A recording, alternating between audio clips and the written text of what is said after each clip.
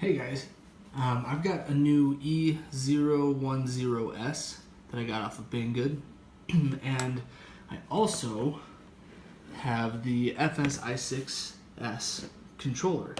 And if you know anything about Banggood and the FS-i6S and the E010S, it's probably because you thought, oh, that would be a good little project. I can put those things together. They're both Fly-Sky.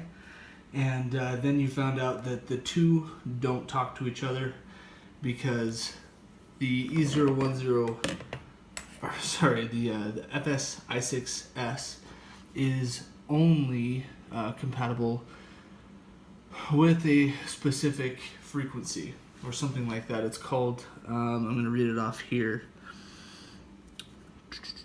AFHDS 2A. And the original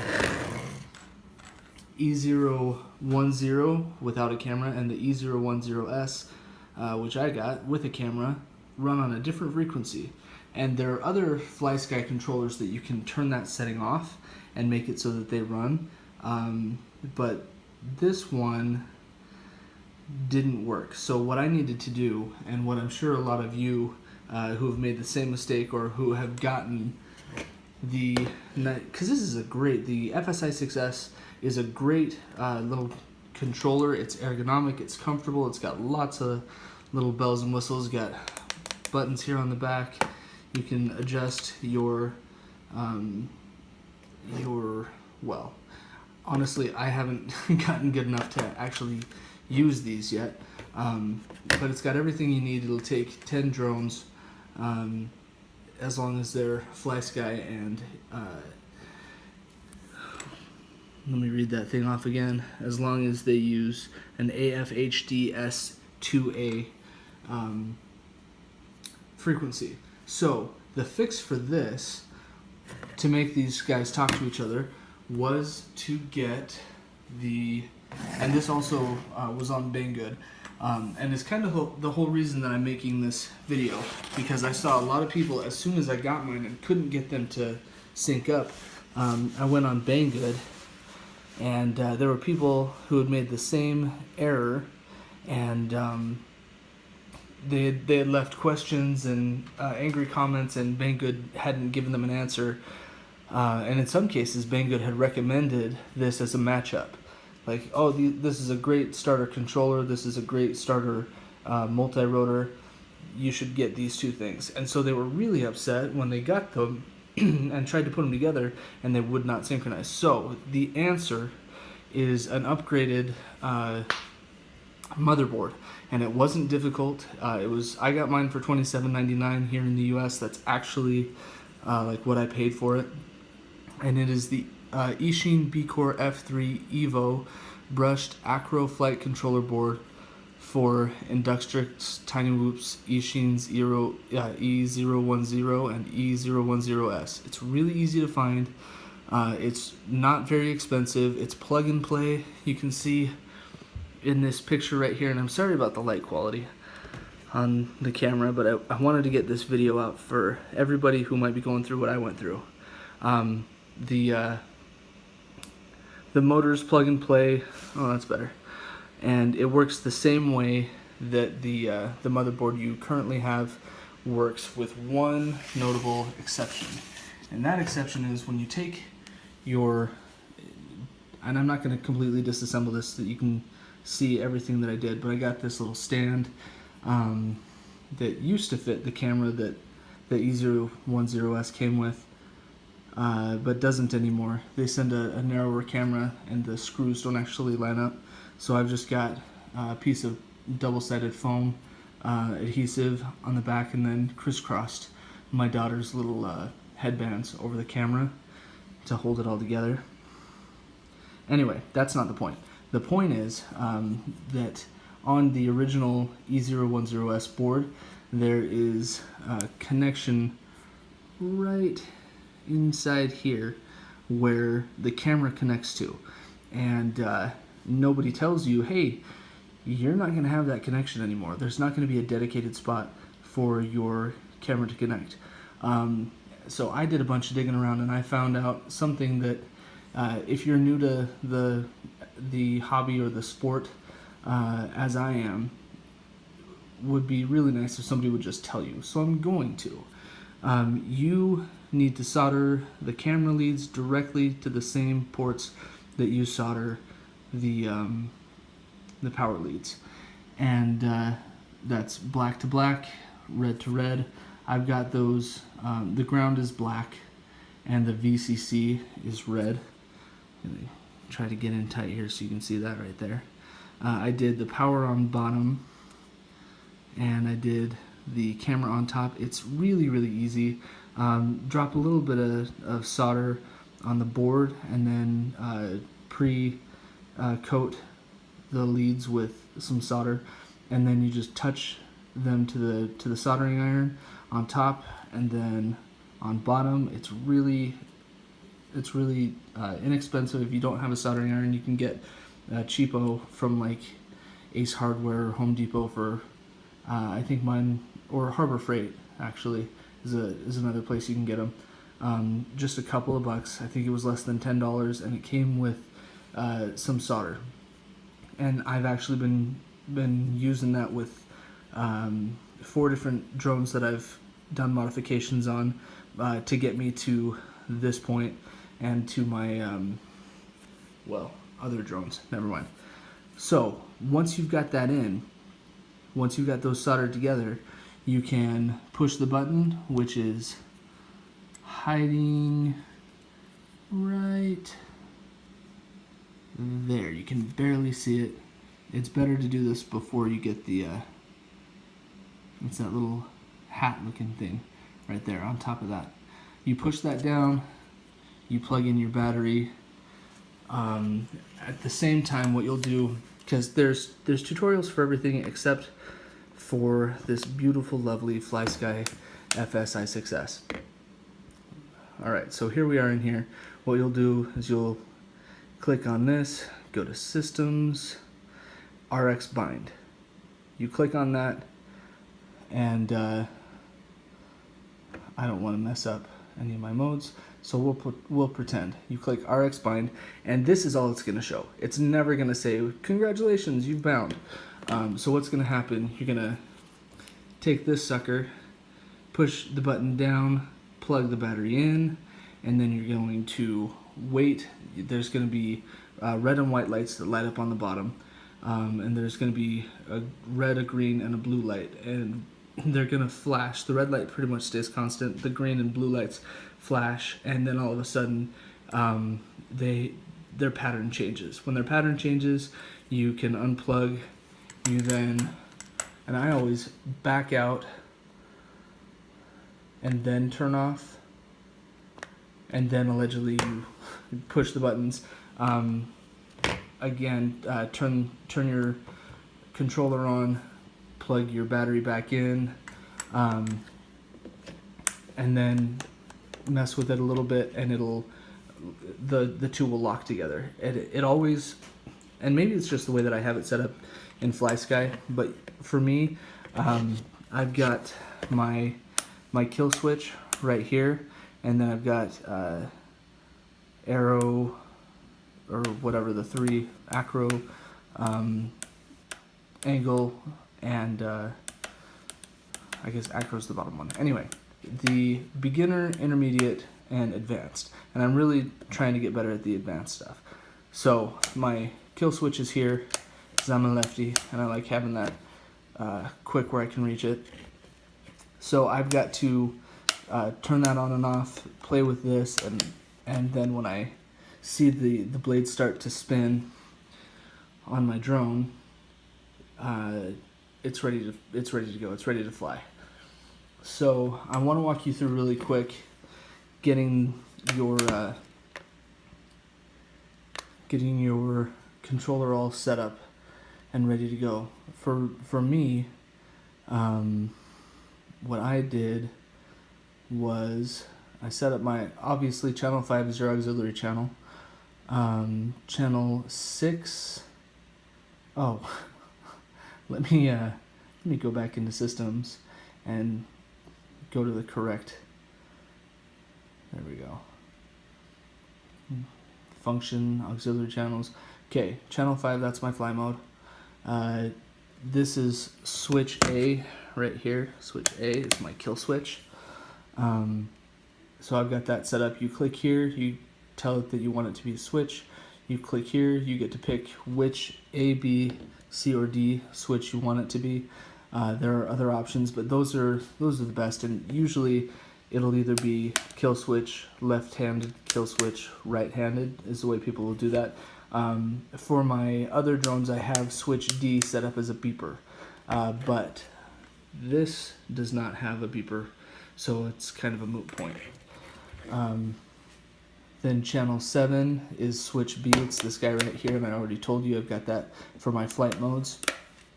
Switch B, flight modes. Okay, and pay attention because we've got channel 5, channel 6, and channel 7. When you plug in your drone and try and go into, actually let's do that right now. When you plug in your drone and go to clean flight, which is the I guess the operating system that these work on, the numbers are gonna be different. So I kind of like how they've got this hovering they've got this hovering over the side of the board here, as opposed to trying to go down in. When it was trying to go down and in on the original motherboard, I was knocking the camera all out of place, and I even bent up one of the antenna foils and had to bend that back in shape. Okay, so we're in, let me pull the computer up where you can see it. We're in clean flight right now. Change my camera angle.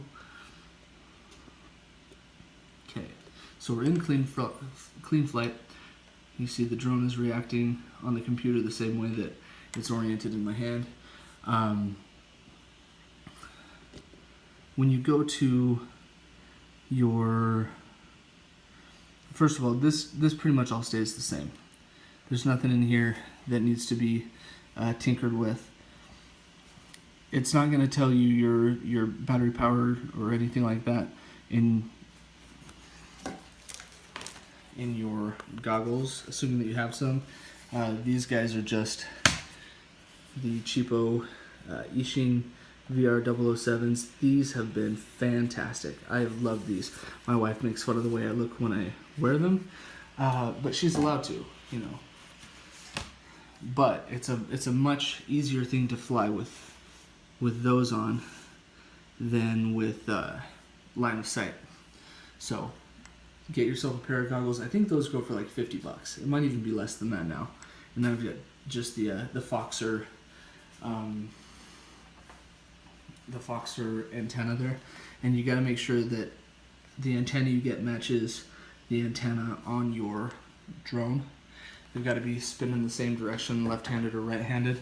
I don't honestly know the difference. I just pay attention, and you can get one of each. They're interchangeable, so if you're not getting a good video signal, you can switch it out.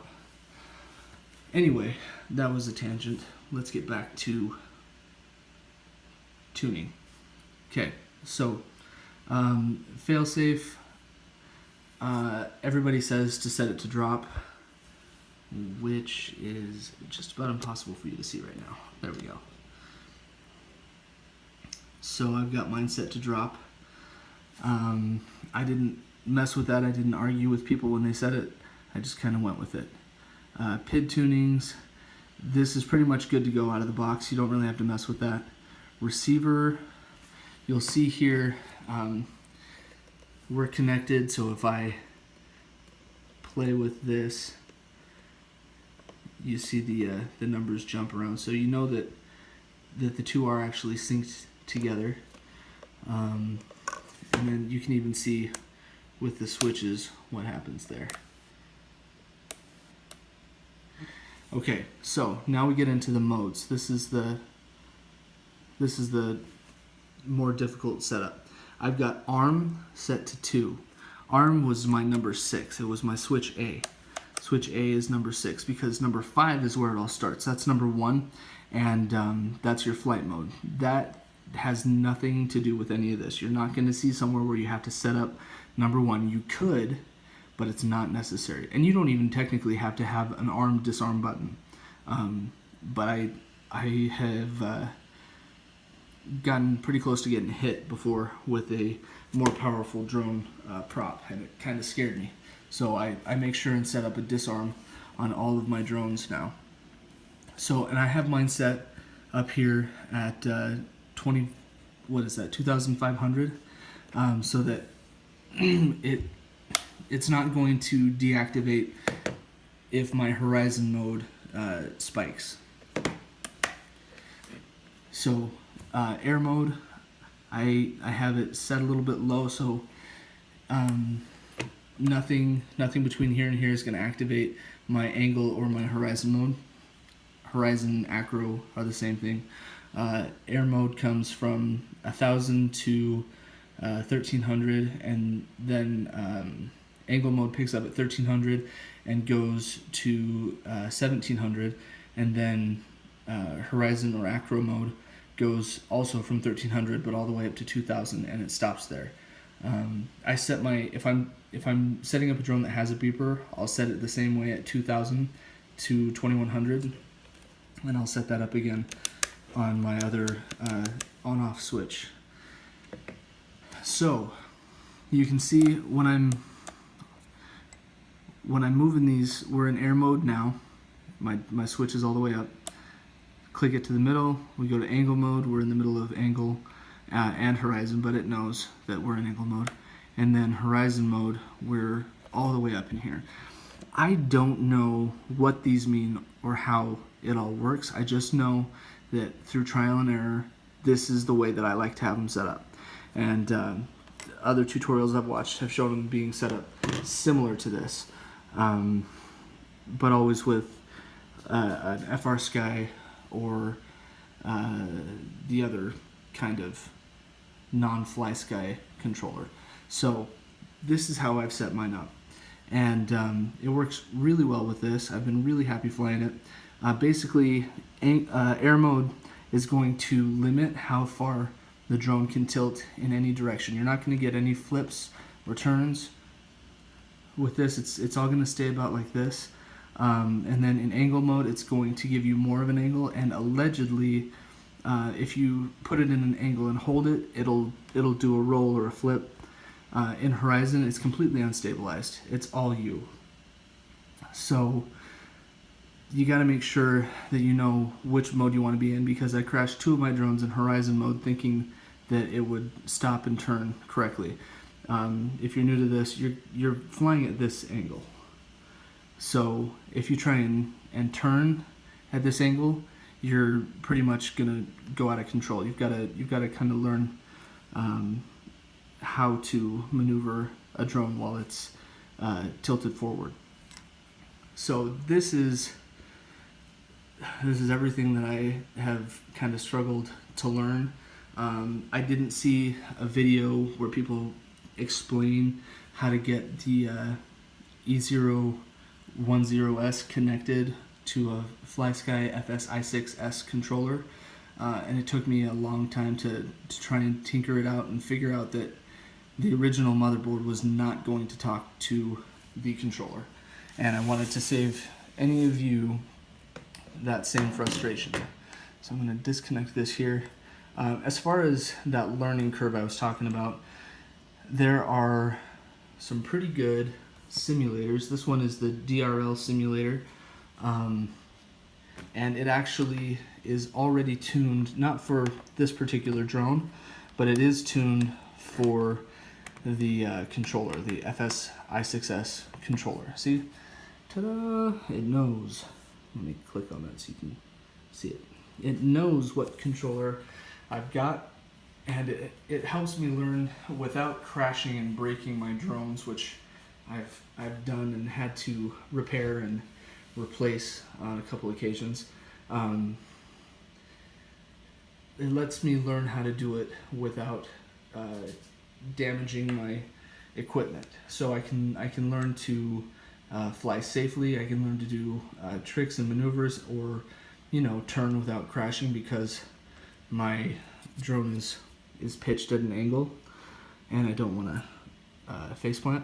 So I recommend this one. There are a couple others. The reason I like this one is because it's free, and DRL is pretty cool, and I think we should all support everybody who's trying to push the sport forward, and they've been doing a pretty good job. So it's free. You can download it, create an account, and it takes you through training techniques before it gives you any like races to do or tricks to try out. So and obviously I'm not very good yet, so we're hopefully all in the same place, and hopefully if you have the E010S and an FS-i6S, you will keep them. It's a great little drone.